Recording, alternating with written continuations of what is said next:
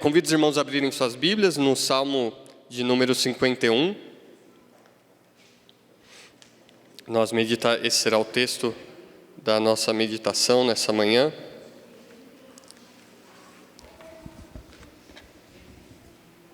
E creio que os irmãos conheçam o contexto desse salmo, enquanto os irmãos abrem. O próprio título dele diz: Ao mestre de canto, salmo de Davi, quando o profeta Natã veio ter com ele, depois de haver ele possuído Batseba. O contexto desse salmo, como eu disse, muitos de nós sabemos, é um dos mais trágicos de toda a história de Israel. É o contexto de quando aquele que foi chamado de o homem segundo o coração de Deus, aquele que provou das bênçãos do Senhor, que é um exemplo de piedade tão grande durante praticamente toda a sua vida, caiu de uma forma tão terrível, tão grotesca, em pecados tão evidentes e abertos, em pecados tão terríveis. É uma daquelas passagens da Escritura que se encontra lá em 2 Samuel, capítulos 11 e 12, os irmãos podem ler depois durante a tarde com mais calma, que a gente fica com quase medo de ler. A gente fala, como que isso está aqui?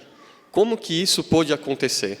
Creio que todos tenham alguma ideia do que aconteceu ali, mas creio que vale a pena a gente lembrar. Davi, enquanto o povo de Israel estava lutando em guerra, seus soldados estavam em guerra, ficou em Israel.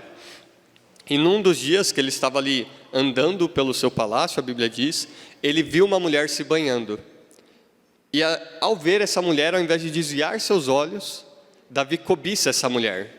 E pergunta de quem ela é esposa, e descobre que ela é esposa de Urias, um dos seus mais honrosos guerreiros, que é relatado na lista dos 30 de Davi, que eram os melhores, mais próximos, mais confiáveis de seus homens de guerra. E Urias está na guerra. E Davi então toma essa mulher, manda que outras pessoas tragam essa mulher para ele, e ele adultera com essa mulher. Não bastasse isso que aconteceu, Davi manda ela embora. Ela volta para sua casa, só que ela descobre que engravidou e avisa Davi.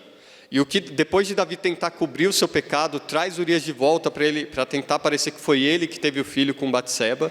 Urias diz: eu não vou me deitar com a minha mulher enquanto o meu povo está em guerra. Eu vim a mandato do rei e assim que terminar o que eu preciso, o motivo de eu estar aqui, eu volto para a guerra. Tamanha a honra desse homem. Então Davi não consegue aquilo que ele queria. E o que ele faz então é mandar Urias de volta com uma ordem para o capitão do exército dele para abandonar Urias em batalha e Urias ser morto. E assim Davi assassina Urias pelas mãos dos seus inimigos. Então passa o tempo e o bebê nasce. E Davi em todo esse tempo não confessa o seu pecado a Deus. Davi em todo esse tempo não se arrepende. O texto diz que esse salmo foi escrito por Davi quando o profeta Natã veio ter com ele. Isso ocorreu depois que o bebê nasceu. Então pensem os irmãos aqui que se passaram mais de 9 meses, desde que Davi adulterou, mentiu e assassinou, até o momento em que a gente chega a essa oração, em que aqui sim, pela graça do Senhor, Davi é convencido dos seus pecados e confessa os seus pecados. E é esse o contexto no qual essa oração é feita. E por que eu disse tudo isso? Porque eu achei importante desse contexto. Porque aqui a gente tem, como eu disse, a oração de confissão e arrependimento de Davi, quando ele verdadeiramente se arrepende. E nessa oração, a gente aprende o que é o verdadeiro arrependimento. E é sobre isso que eu quero que a gente medite nessa manhã. Quais são as marcas do verdadeiro arrependimento cristão? E a gente vai ver isso em 3 pontos, em 3 marcas do verdadeiro arrependimento nesse texto. E o objetivo da gente meditar nisso é duplo. O primeiro é que a gente possa fazer um autoexame. A gente possa olhar para a nossa própria vida e avaliar: eu me arrependi verdadeiramente dos meus pecados? Será que o que eu falo que é o meu arrependimento é aquilo que a Bíblia chama de arrependimento e para o qual há promessa de salvação? Ou será que tudo que eu tenho é um falso arrependimento, para o qual só há condenação? Mas esse não é o objetivo final. Esse é um objetivo secundário. O objetivo principal é que a gente possa fazer esse autoexame para que a gente possa também provar da graça do arrependimento e se arrepender verdadeiramente dos nossos pecados e provar a doçura da comunhão com Deus que é trazida quando a gente se achega a Ele em verdadeiro arrependimento e confissão dos nossos pecados. Então, creio que os irmãos já abriram. Vamos ler a palavra de Deus. Salmo 51, versículo 1. Diz assim: Compadece-te de mim, ó Deus, segundo a tua benignidade. E, segundo a multidão das tuas misericórdias, apaga as minhas transgressões. Lava-me completamente da minha iniquidade e purifica-me do meu pecado. Pois eu conheço as minhas transgressões e o meu pecado está sempre diante de mim.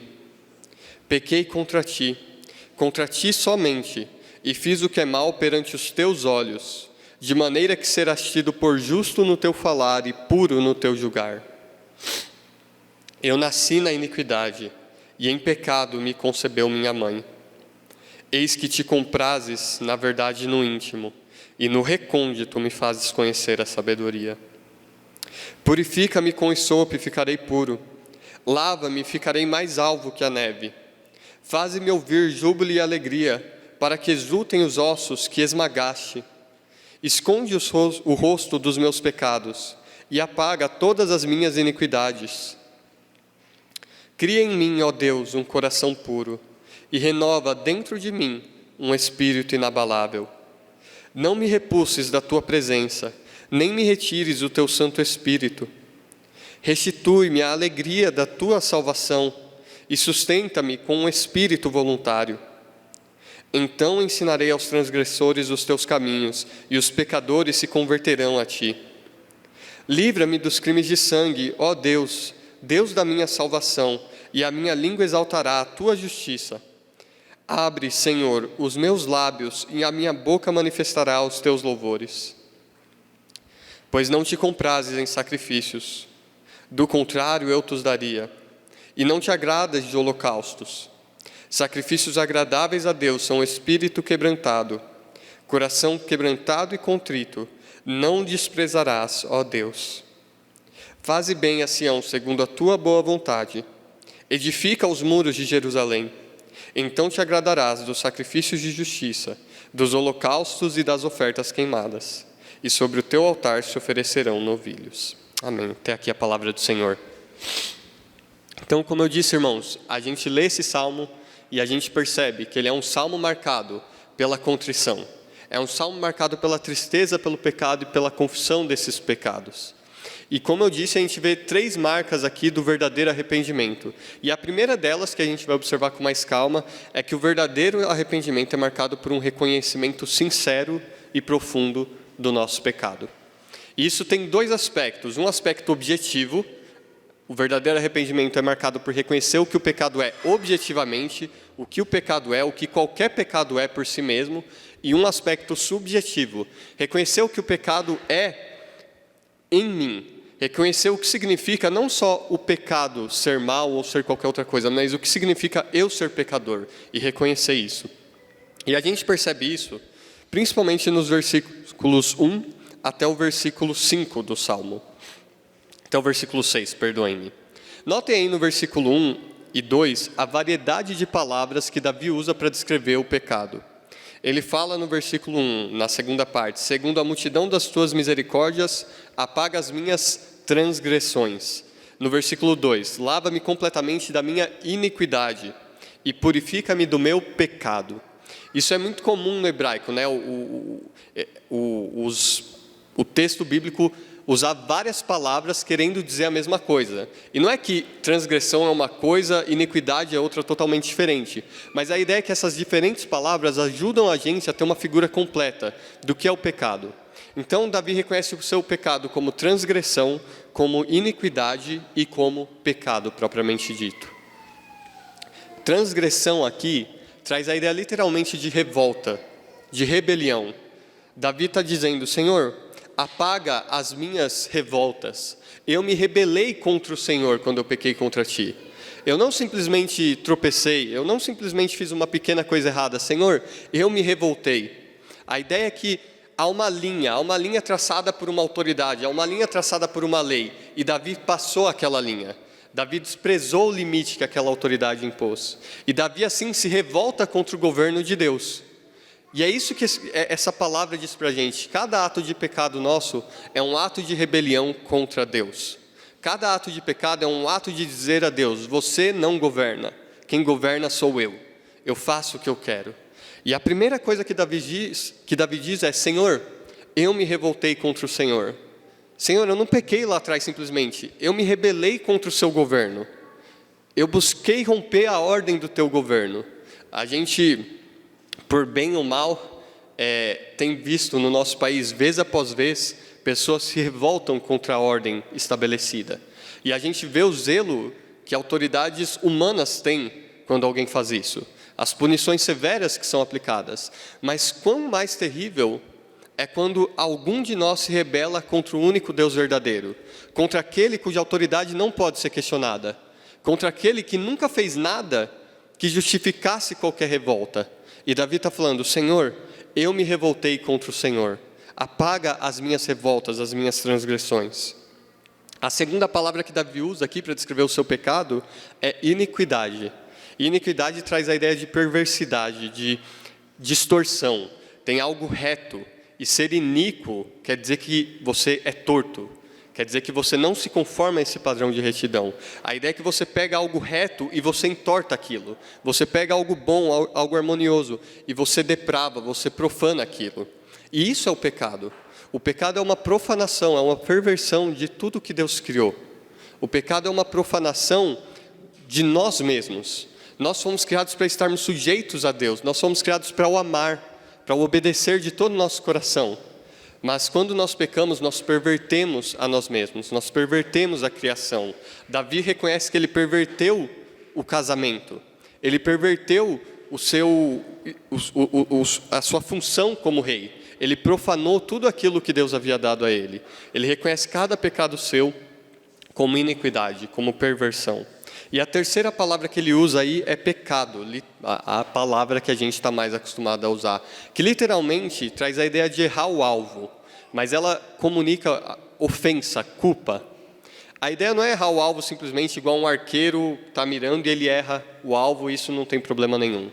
A ideia é aquela mesma ideia de Romanos, que nós fomos criados para a glória de Deus, mas nós erramos totalmente o alvo, nós pecamos. Nós não atendemos ao propósito pelo qual Deus nos criou. E nós carecemos da glória de Deus. Nós ficamos aquém dela. E Davi reconhece que por seu pecado ele ofende a Deus. E ele é culpado disso. Isso é o que qualquer pecado, qualquer transgressão é, meus irmãos. Isso é o que os nossos menores pecados são. Cada olhar cobiçoso, cada pensamento maldoso, cada disposição de coração raivosa contra o irmão, de amargura contra o irmão, é um ato de virar para Deus e falar, Senhor, o Senhor não é rei, eu que sou. Eu não me sujeito ao teu governo, eu não vou amar meu irmão. Eu não vou perdoar meu irmão, eu não me sujeito. Senhor, o Senhor me criou para amar o meu próximo. O Senhor comprou a tua igreja com seu sangue para a gente ser um corpo, lutando juntos pela fé confiada aos santos. Eu não vou fazer isso, eu vou fazer do meu jeito. Eu vou ser faccioso, eu vou brigar. Cada pequena palavra ríspida contra nossas esposas, ou contra o nosso esposo, cada pequeno ato de insubmissão, é um ato de rebelião contra Deus. É um ato de profanação daquelas coisas que Deus confiou em nossas mãos. É um ato de pecado, de não corresponder à glória para a qual Deus nos criou. E Davi reconhece isso. Davi reconhece o seu próprio pecado como transgressão, como iniquidade e como pecado. E aqui a gente já tem uma primeira marca do que significa verdadeiramente se arrepender, verdadeiramente ser convencido do seu pecado. Alguém que se arrepende, alguém que foi convencido pelo Espírito do seu pecado, não vai nunca simplesmente dizer, olha, eu pequei, mas veja bem, não foi tão mal assim. Foi uma fraqueza, é uma dificuldade que eu tenho, é uma doença. Ah não, eu pequei, mas olha o contexto. Não, a pessoa reconhece, eu fui iníquo, eu fui pecador, eu fui transgressor. A pessoa reconhece o que é o pecado dela e para de dar desculpas para ele por conta disso.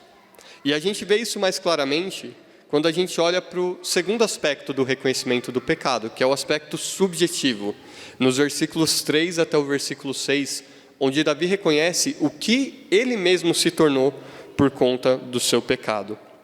Notem aí, primeiramente, no versículo 3, Davi diz, pois eu conheço as minhas transgressões, e o meu pecado está sempre diante de mim. A primeira coisa que Davi reconhece que manifesta o verdadeiro reconhecimento do pecado é que o pecado produz convicção. O pecado fere a consciência. Olhem o que Davi diz: eu conheço as minhas transgressões, eu sei quais são elas. Davi não simplesmente reconhece que o pecado é mal, o pecado é transgressão, o pecado é iniquidade, o pecado é pecado, mas fala: não, mas veja bem, eu sou pecador, mas todo mundo é. O que você peca? Não, irmão, todo mundo é pecador. Não, Davi fala: eu conheço as minhas transgressões.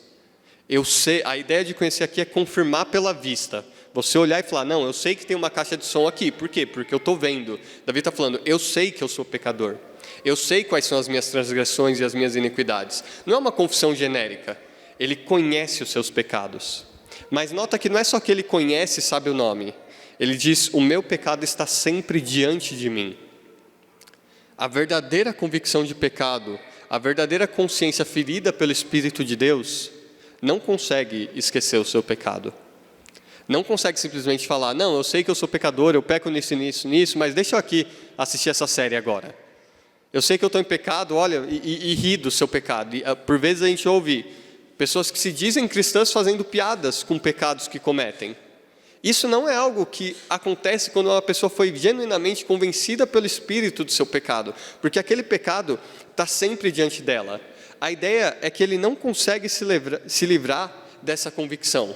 Ele não consegue simplesmente apaziguar a consciência dele, distrair a consciência dele com qualquer vaidade.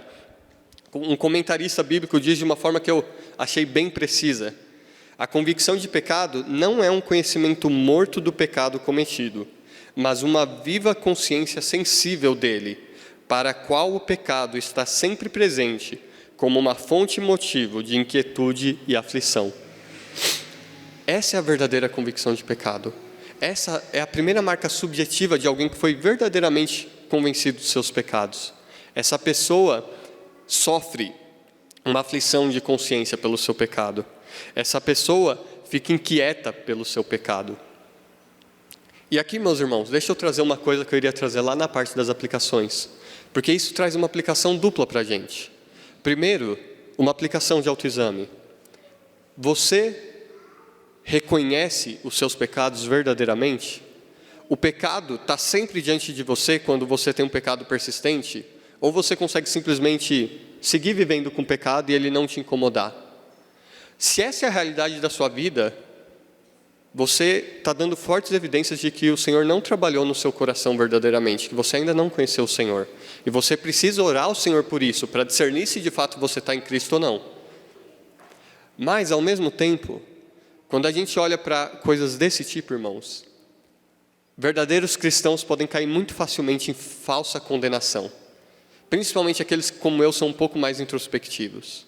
E a gente olhar e falar: não, pera, eu não me arrependo desse jeito. Meu arrependimento, eu peco, eu fico triste, mas aí no dia seguinte eu esqueci, caio de novo e eu luto. Repara o que você está me dizendo. Você fica miserável então, porque a sua dureza de coração está sempre diante de você? Você fica entristecido porque a sua falta de fervor está sempre ferindo o seu coração? Você fica com a consciência machucada, inquieta, não consegue ter paz, porque você percebe pecados que você ainda não mortificou? E você se sente condenado por isso?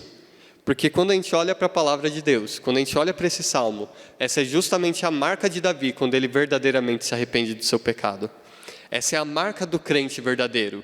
O crente verdadeiro é alguém que, como em Ezequiel diz, quando Deus vem para julgar o povo, Deus fala: marque a testa daqueles que gemem por causa das iniquidades do meu povo, e não destruam esses. Muitas vezes o cristão vai ser aquele que geme, enquanto o falso cristão vai parecer alegre, vai parecer contente. Por quê? Porque o Espírito de Deus trabalhou naquele coração e agora ele é sensível ao seu pecado. E por isso, ao mesmo tempo que essa é uma marca que desmascara falsos convertidos, desmascara aqueles que têm uma religião só de nome, só de domingo, mas que podem rir dos pecados ao longo da semana e viverem tranquilos com isso. Essa verdade consola o crente verdadeiro, que é afligido e que luta com o seu pecado. Como, pelo que eu sei, vocês estão numa série no Sermão do Monte. Como vocês provavelmente já ouviram, essa palavra consola, porque ela diz que bem-aventurados são os que choram, porque eles serão consolados. E um cristão verdadeiro é alguém que chora, é alguém que é afligido pelo seu pecado. Essa é a primeira marca subjetiva, a primeira coisa que Davi reconhece de si mesmo: o pecado fere a consciência dele. Mas em segundo lugar, a gente vê também que Davi se reconhece como culpado. Davi não simplesmente diz: eu pequei, isso me aflige, mas está tudo bem comigo. Deus é amor, o amor vai vencer naquele sentido que as pessoas falam aí por fora, né? E no final todo mundo vai estar bem, porque Deus é amor. Não, Davi se reconhece como culpado. Leiam comigo o versículo 4. Pequei contra ti somente, fiz o que é mal perante os teus olhos, de maneira que serás tido por justo no teu falar e puro no teu julgar. O que Davi está dizendo aqui é: Senhor, eu pequei, e quando o Senhor me julgar, eu não vou poder falar nada. A ideia de ser tido por justo no falar e puro no teu julgar é a ideia de um juiz que tem o réu diante de si, que é Davi. E esse juiz diz: você é culpado, você deve ser condenado. E aí, o que Davi está falando é: eu como réu, a única coisa que eu diria é: o Senhor está certo, eu sou culpado e eu devo ser condenado. Davi não diria: não, juiz, não me condene, eu não mereço ser condenado. Veja bem, não é que eu pequei, mas eu não mereço. Seu juiz, eu sou o rei de Israel, eu fui fiel a minha vida toda, ó, não matei Saul, agora eu matei, mas veja, eu estava nervoso ali com o que eu tinha feito. Não, Davi reconhece-se como culpado. Davi não virou para Deus e falou: Senhor, essa pena é muito grande, o Senhor é injusto. Não, que Deus mandaria alguém para o inferno? Não, Davi fala: o Senhor será tido por justo no teu falar e puro no teu julgar. Não vai ter nada de errado quando o Senhor me condenar. E é isso que o verdadeiro cristão prova também. O verdadeiro cristão reconhece que Deus seria justo em mandá-lo para o inferno por toda a eternidade. Aquele que verdadeiramente foi convencido pelo Espírito tem a sua boca fechada. Aquele que verdadeiramente foi reconvencido pelo Espírito reconhece que ele é merecedor da condenação. E em terceiro lugar, a gente vê que Davi reconhece não só que o pecado fere sua consciência, não só a culpa do pecado, mas ele reconhece a corrupção do pecado. Leiam comigo os versículos 5 e 6. Eu nasci na iniquidade, e em pecado me concebeu minha mãe. Eis que te comprases na verdade no íntimo, e no recôndito me fazes conhecer a sabedoria. Notem, irmãos, no versículo 6, como Davi expressa o padrão de justiça que agrada a Deus. Ele diz que o Senhor tem prazer na verdade no íntimo, a verdade absorvida na parte interior mesmo, no coração da pessoa. Que o Senhor faz conhecer a sabedoria no recôndito. A ideia aqui é no oculto. Essa palavra era usada para falar do rim, né, no contexto ali da época, que era coberto ainda pela gordura. A ideia é no coberto. A sabedoria aprendida, não de forma exterior, Davi está falando. O que agrada o Senhor, Deus, não é simplesmente ter uma família conservadora, não é simplesmente ter um casamento bonitinho, não é simplesmente vir na igreja, não é simplesmente não falar palavrão. Ele está falando: o Senhor se agrada da verdade no íntimo. O Senhor quer que de coração eu ame a pureza, e não só tenha um casamento bonitinho. O Senhor quer que de coração eu ame a verdade, e por isso seja fiel a ela. O Senhor quer que de coração eu ame o meu próximo, e por isso não mate. De novo, a gente vê aqui como o Antigo Testamento não é oposto ao Novo, né? Vocês já ouviram também. Como Jesus disse, desde o Antigo Testamento é nítido. Não é simplesmente o adultério que é pecado. O olhar cobiçoso é pecado. Não é simplesmente o assassinato. É o ódio, a indiferença, a amargura contra os nossos irmãos. E o que Davi está expressando é justamente isso. O Senhor Deus é um Deus santo, tão puro de olhos que diante dele o mal não pode permanecer. E Davi reconhece isso. E o grande problema é que Davi olha para si mesmo e ele vê o exato oposto disso. É isso que ele diz no versículo 5. Se Deus tem prazer na verdade no íntimo, Davi fala: mas eu nasci em iniquidade, em pecado me concebeu minha mãe. Desde que eu nasci, tudo o que eu conheço é ser pecador. Novamente, vejam a diferença disso para um falso arrependimento. Um falso convertido vai falar: olha, eu erro, mas todo mundo erra, veja bem, não sou tão ruim assim. Mas quando Davi é convencido do seu pecado, o que ele diz é: Senhor, eu pequei porque eu sou corrupto. Senhor, meu problema não é simplesmente esse pecado, eu tenho uma natureza pecaminosa e eu sou corrupto. Senhor, eu nasci em iniquidade. Essas são as marcas do verdadeiro arrependimento, a primeira marca, o verdadeiro reconhecimento de pecado. O verdadeiro reconhecimento de pecado é marcado por reconhecermos o pecado pelo que ele realmente é e por reconhecermos o que nós nos tornamos por conta do pecado. Reconhecer que nós temos a consciência ferida, reconhecermos a nós mesmos como culpados e reconhecermos a nós mesmos como corruptos. Você provou algo disso na sua vida, meu irmão? Você sabe o que quer dizer, por mais que você fale, eu sei que eu não reconheço meu pecado como eu deveria, mas você reconhece verdadeiramente que você é um pecador, que você se rebela contra a lei de Deus, contra o próprio Senhor muitas vezes? Você reconhece que você faz coisas perversas e não simplesmente pequenos erros? Você reconhece que você ofende a Deus com seu pecado? Você tem a consciência ferida pelo seu pecado? Você se reconhece como culpado e merecedor da condenação? Você se reconhece como corrupto, como alguém que tem um problema maior do que simplesmente pequenos pecados exteriores? Se sim, meu irmão, tem uma boa notícia para você nesse salmo, porque é para esses que Deus promete a sua graça e a misericórdia. Mas se não se contente, se você não conhece nada disso, não se contente em simplesmente vir à igreja, não se contente em ser batizado, em se tornar membro dessa igreja, não se contente em ter uma família bonita, mas busque o Senhor, porque só Ele pode trazer perdão a você. Vir à igreja, todas essas coisas não podem te livrar da corrupção do seu pecado. Enquanto você não reconhecer isso, você jamais vai buscar a ajuda do Senhor que você necessita. Essa é a primeira marca do verdadeiro arrependimento, um sincero reconhecimento de pecado.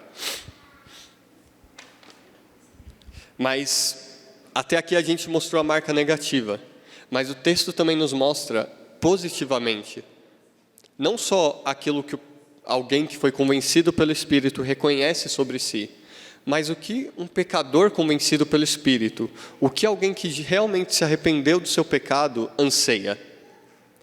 E a gente vê isso nos versículos 9 até o versículo 14, principalmente. E notem aqui, irmãos, que isso é muito importante, porque arrependimento de pecado não é simplesmente reconhecer algo mal e querer parar de fazer o que é mal. O arrependimento cristão é um arrependimento que anseia por algo, anseia por uma mudança positiva.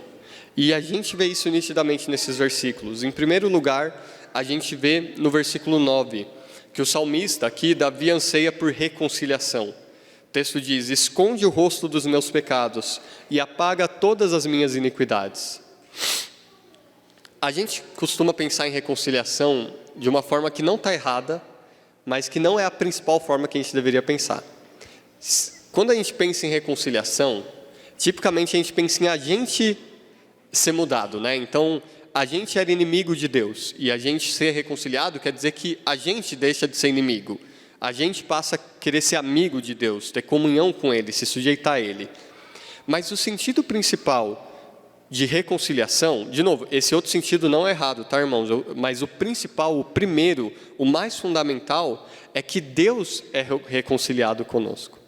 A ideia é que Deus nos rejeitava. Como eu citei aqui, o profeta Abacuque diz, né? Tu és tão puro de olhos que não podes contemplar o mal. E nós todos somos maus por natureza, como nós reconhecemos. Nós todos somos maus por nossas obras. E por isso, Deus jamais receberia a gente diante dele. É isso que o próprio Davi disse no Salmo 5, versículo 5. Os arrogantes não permanecerão à tua vista.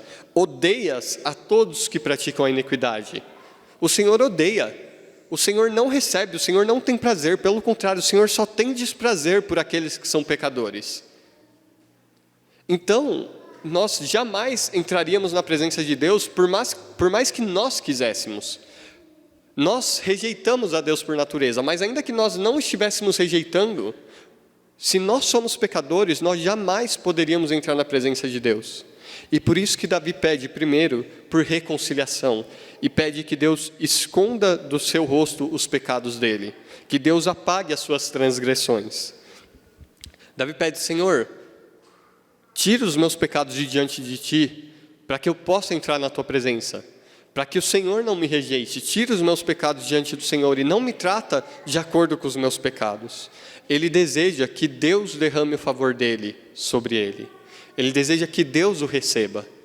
E esse é o primeiro grande problema que a gente tem quando a gente reconhece que é pecador, não é mesmo? A gente fala, como eu, pecador, posso comparecer diante de um Deus santo?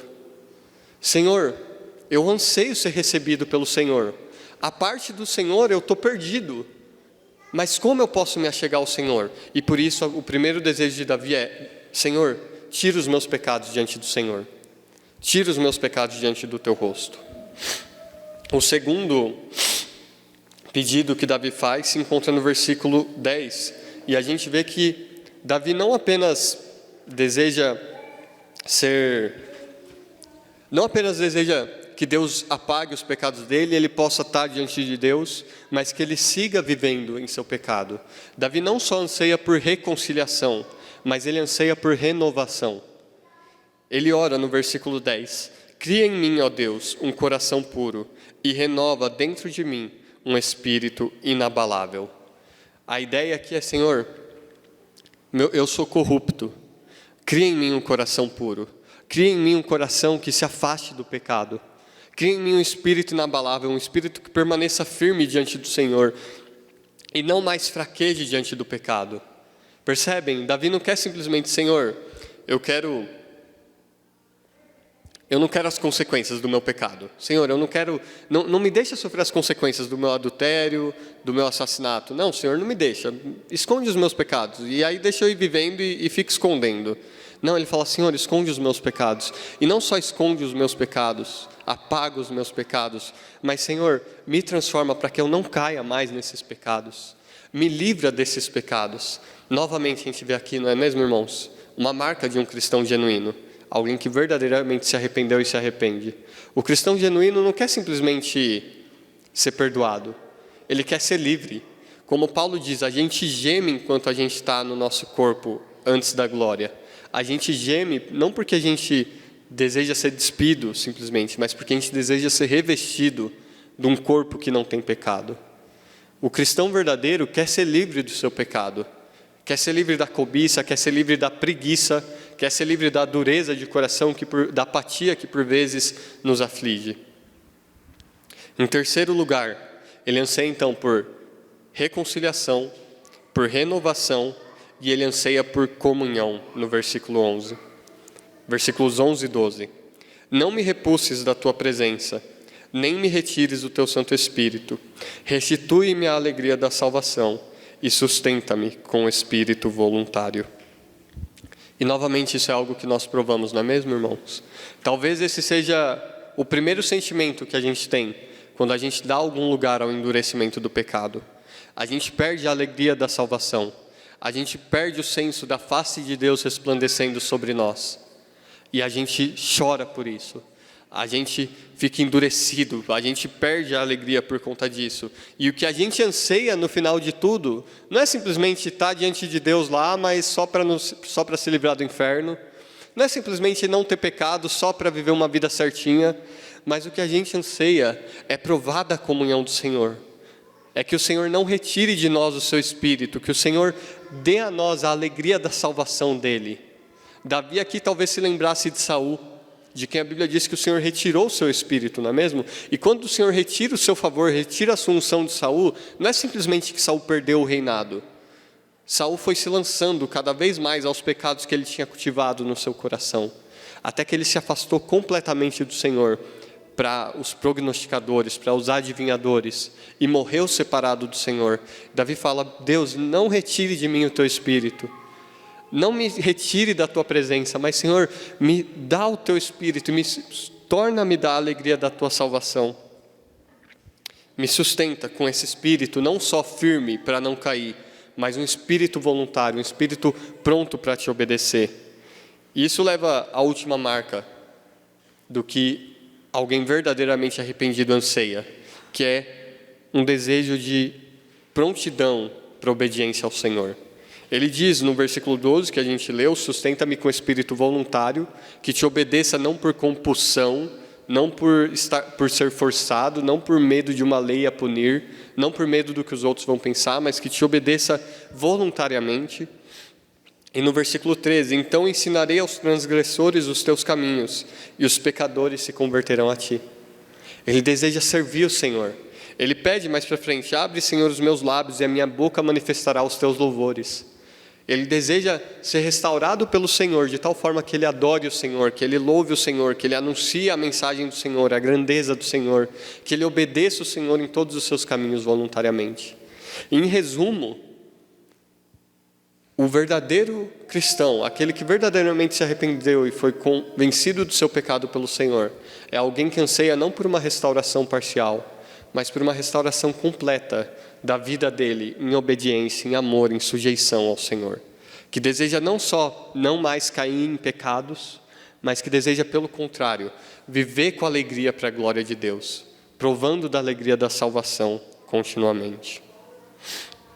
E novamente, irmãos, esse é um ponto para você sondar a si mesmo.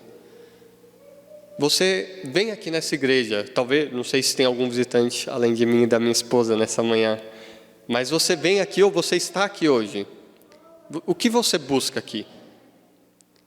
Você busca um ambiente gostoso, legal, para criar seus filhos, porque eles vão ter boas amizades, boas referências? Você busca renovar suas energias, aliviar sua consciência para poder viver a sua semana normalmente? Ou você vem aqui porque você anseia pelo Senhor Deus? Você quer conhecer o Senhor e você quer provar mais da comunhão com Ele e ser renovado por Ele para você obedecer mais o Senhor. Você quer ser livre do seu pecado, livre da vergonha de falar do Evangelho, livre da apatia que toma os nossos corações por vezes, livre da cobiça, livre da ira, livre da insubmissão ao esposo, livre da falta de amor pela esposa, livre da impaciência com os filhos. Você vem aqui porque você quer o Senhor e quer servir a Ele, anseia por glorificar a Ele.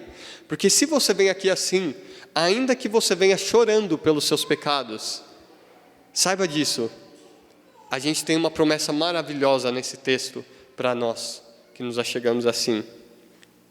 E essa promessa a gente vê nitidamente nos versículos 16 e 17. Pois não te comprases em sacrifícios, do contrário eu te daria, e não te agradas de holocaustos.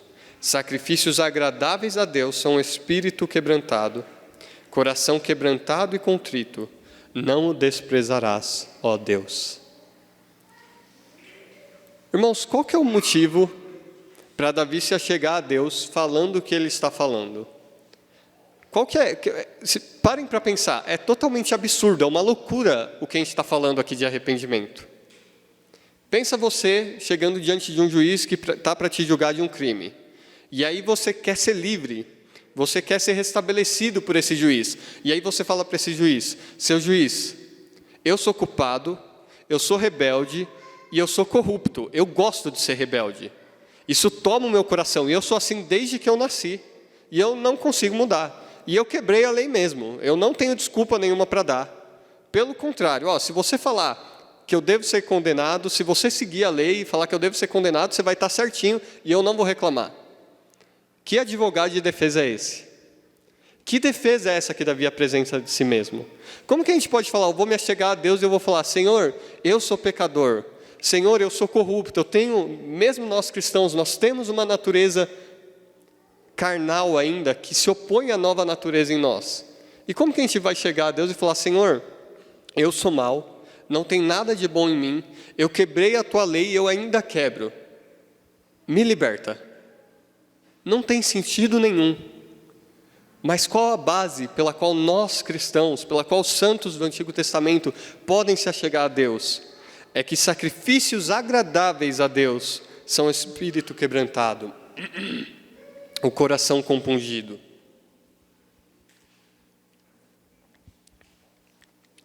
A gente leu antes que o Senhor se agrada da verdade no íntimo, não é mesmo? Sabe do que o Senhor se agrada, além da verdade no íntimo? Sabe do que o Senhor se agrada, além do cumprimento perfeito da lei dEle? Do coração quebrantado, porque não cumpriu a lei dEle. Essa é a base para a gente se achegar a Deus com confiança. E aqui que muitos de nós cristãos erramos, Porque por vezes a gente pensa que o arrependimento é como uma penitência católica, é como um dever penoso que eu tenho que cumprir para que Deus me aceite, porque Deus não está muito disposto a me aceitar. Quando eu estou lá triste por causa do meu pecado e não consegui me livrar dele, a gente não quer nem orar ao Senhor, a gente fica com desânimo de orar, de ir falar, eu vou pedir perdão de novo. A gente tem o coração endurecido e não fica paralisado.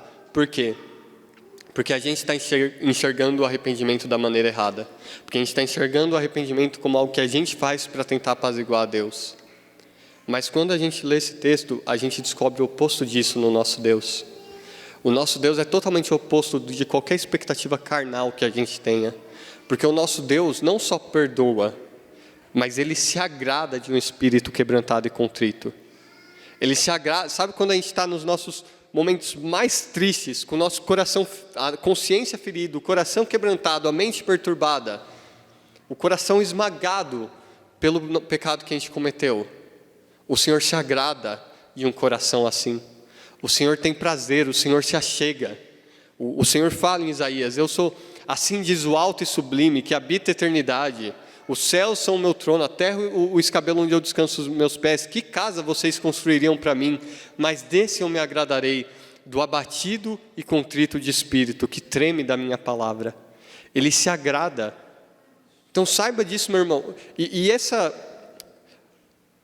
partindo um pouco aqui para aplicações, por que será que as pessoas resistem tanto ao arrependimento e à confissão de pecado? Por que nós naturalmente somos tão orgulhosos? Provérbios diz que o texto de Provérbios nos diz que o que encobre as suas transgressões jamais prosperará, mas o que as confessa e deixa alcançará a misericórdia. Eu creio que esse texto fala muito da psicologia do orgulho, por assim dizer, de como a nossa mente funciona para a gente ser orgulhoso. Porque o que a gente pensa? Que para prosperar, ninguém pode saber as nossas transgressões. Que para eu prosperar, as pessoas têm que achar que eu sou bom e mereço prosperar. Então eu encubro as transgressões. Mas aquele que encobre as suas transgressões jamais prosperará. Porque a gente tem um Deus que sabe de todas as coisas. Mas quem são aqueles que encontram misericórdia? O que as confessam e deixam. Aqueles que confessam são aqueles que encontram a bênção. A gente, por natureza, pensa de forma carnal como por obras. A gente quer se achegar a Deus podendo se achegar. A gente quer se achegar a Deus falando, não, Senhor, hoje eu obedeci, hoje eu posso chegar na Tua presença, hoje eu tenho confiança. Mas esse é o caminho pelo qual a gente nunca vai ser aceito por Deus. E é por causa desse caminho que por vezes a gente anseia, que a gente permanece longe do Senhor quando peca, ao invés de se voltar para Ele. Enquanto o nosso Senhor é um Deus que diz para nós, eu me agrado do espírito quebrantado e contrito. O seu coração está moído, você não se sente digno de olhar para os céus, mas você bate no peito e fala, tem misericórdia de mim, ó Deus, que sou pecador. Eu tenho prazer em você e eu perdoo os seus pecados. E aqui a gente vê a glória e a maravilha da obra do nosso Salvador, não é mesmo? A gente vê a maravilha da obra do Senhor Jesus, que sendo santo se fez homem, Ele vivendo uma vida sem pecado, morreu na cruz. E pela obra dele na cruz, pela uma obra de obediência desse único homem, Ele pagou pelos nossos pecados, de forma que Deus agora pode tirar os nossos pecados da face dele. Não porque Ele joga para debaixo do tapete, mas porque Jesus pagou pelos pecados. E por essa uma obra, por esse um ato de obediência, o Senhor Jesus comprou para nós todas as bênçãos espirituais.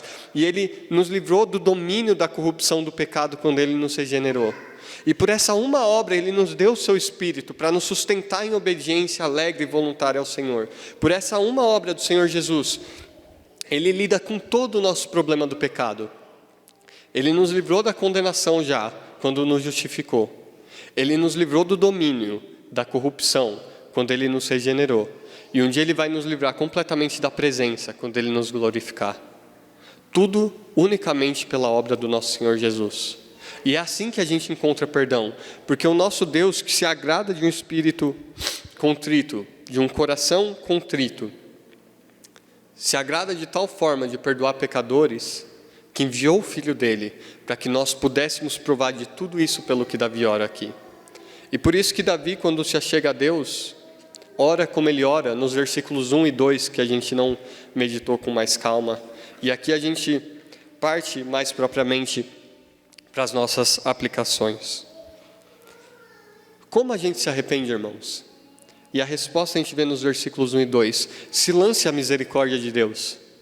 Se lance a Deus para receber perdão, para receber graça, unicamente pela misericórdia e graça dEle. A gente não deseja fazer isso, não é mesmo? A gente... Olhe para essa oração, vamos ler os versículos 1 e 2. Compadece-te de mim, ó Deus, segundo a tua benignidade, e segundo a multidão das tuas misericórdias, apaga as minhas transgressões. Lava-me completamente da minha iniquidade, e purifica-me do meu pecado. Davi não tem argumento nenhum, e quando a gente não tem argumento nenhum em nosso favor, o efeito natural disso é desespero.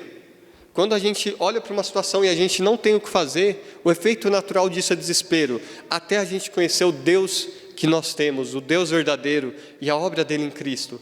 Porque quando a gente conhece a obra dele em Cristo, a gente ora como Davi: Senhor, me perdoa unicamente pela tua misericórdia, segundo a tua benignidade, apaga as minhas transgressões. Lava-me, Senhor, lava-me por causa do Senhor mesmo. Senhor, eu não tenho nenhum argumento, mas eu sei que o Senhor é poderoso para me purificar. E a gente se lança sabendo que Ele é poderoso e que Ele é pronto para purificar. E nisso a gente encontra refúgio e descanso. A Confissão de Fé de Westminster, eu estava procurando mais cedo, desculpem, joguei a página aqui. E eu creio que ela expressou muito bem o que é o verdadeiro arrependimento, quando ela diz assim no seu capítulo 15: movido pelo reconhecimento e pelo sentimento não só do perigo, mas também da impureza e odiosidade do pecado, como contrário à santa e justa lei de Deus, e ao aprender a misericórdia divina manifestada em Cristo aos que são penitentes, o pecador, pelo arrependimento, de tal maneira se sente e abomina os seus pecados que, deixando-os, se volta para Deus com a intenção de andar com Ele em todos os caminhos de seus mandamentos e esforçando-se para isso. Isso é o arrependimento. Um resumo de tudo que ouvimos até agora. Movido pelo reconhecimento, não só do perigo, mas também da impureza e odiosidade do pecado, como Davi foi nos primeiros versículos que a gente leu.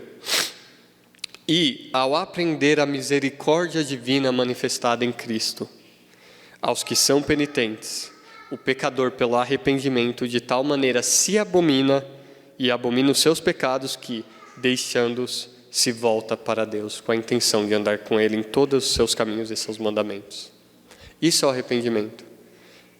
E eu espero que, meditando nessas palavras, vocês possam ter percebido como o arrependimento é não um peso, mas uma bênção do Senhor dada a nós. Uma bênção do Senhor dada a nós, para que nós que não temos nada, pelo arrependimento, provemos da graça dEle, para que nós recebamos tudo gratuitamente, para que nós recebamos dEle todas as bênçãos. Eu espero que jamais passe pela mente de vocês que o arrependimento é uma tentativa de vocês de remendarem os seus próprios caminhos, mas que vocês reconheçam que o arrependimento é uma humilde confissão dos nossos pecados a Deus, para receber dEle graça para remendar nossos caminhos, para provar o consolo de andar na presença dEle, não por obras como a gente cantou, mas de acordo com a graça e a misericórdia dEle derramada sobre nós. Vamos mais uma vez ao Senhor em oração. Pai Santo, ó Deus, obrigado por Tua graça. Pai, nós somos indignos de levantar nossos olhos e levantar nossas cabeças para orarmos ao Senhor. Pai Santo, o Senhor conhece os nossos corações e o Senhor, ó Deus, vê.